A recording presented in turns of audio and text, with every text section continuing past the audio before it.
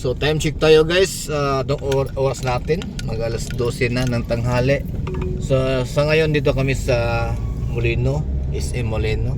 Papunta kami ng Pagbilao, Quezon. Yun ang set ko ng aking nung Waze. Bali pinutol-putol ko lang kasi naglulubat eh. Tamang-tama 4 na oras to biyahe namin hanggang Pagbilao. So sana okay lang ang biyahe. Ayun, araw na linggo ngayon, no?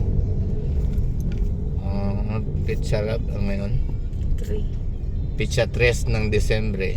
Target kasi namin makarating kami ng Martes sa Cebu. So yun, pagkatapos ng Cebu, kinabukasan stay lang kami isang gabi ng Cebu. Diretso na kami ng Dapitan, diretso hanggang Dipulog. Yun sa partner ko, sa misis ko. Ayun mga guys, so tabayan natin. Bibili pa kami ng para sa GoPro, yung stand. Sa ngayon cellphone lang muna. Naliliko kami dito, diretso na to.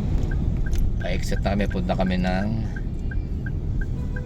Express, Luzon Express.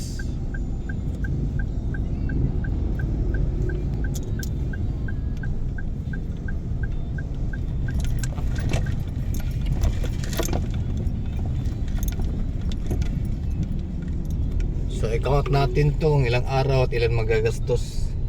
Take the next left for Donghari Road, then turn right onto Sa Donghari Road. gasolina, gamit ang Toyota Rush. Tapos pagtawid ng Turn right onto ferry, Donghari Road. Continue on Donghari Road for 4 Matnog to Allen. kilometers. Yan kung magkano ang pumasahe.